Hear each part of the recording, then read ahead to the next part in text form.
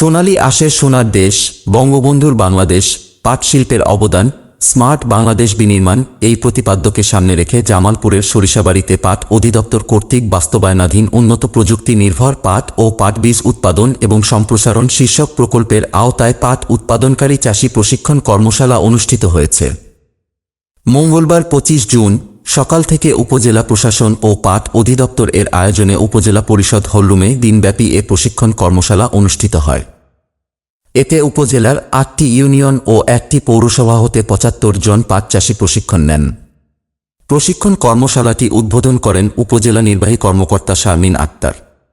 সভাপতিত্ব করেন জেলা পাট উন্নয়ন কর্মকর্তা জাহাঙ্গীর তালুকদার এবং কর্মশালাটি পরিচালনা করেন উপজেলা পাট উন্নয়ন কর্মকর্তা রিফাত হোসেন।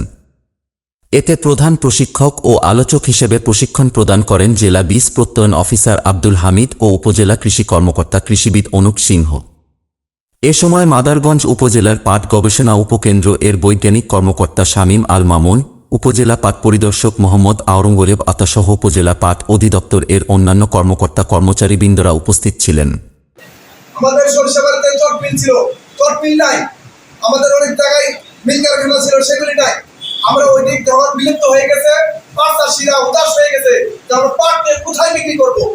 আপনাদের উপরোক্ত কর্মকর্তা আছেন, আপনাদের কাছে উত্তর আহ্বান, আমাদের চা পাট চাষিকে বৃদ্ধি করতে হলে আমাদের অবশ্যই পাটের দাম বৃদ্ধি করতে হবে। আছে অন্য কোনো কারণ নাই, কোনো স্পট নাই, কোনো পতন নাই, কিছু নাই, তখন বুঝতে হবে যে কৃমির আক্রমণ আছে।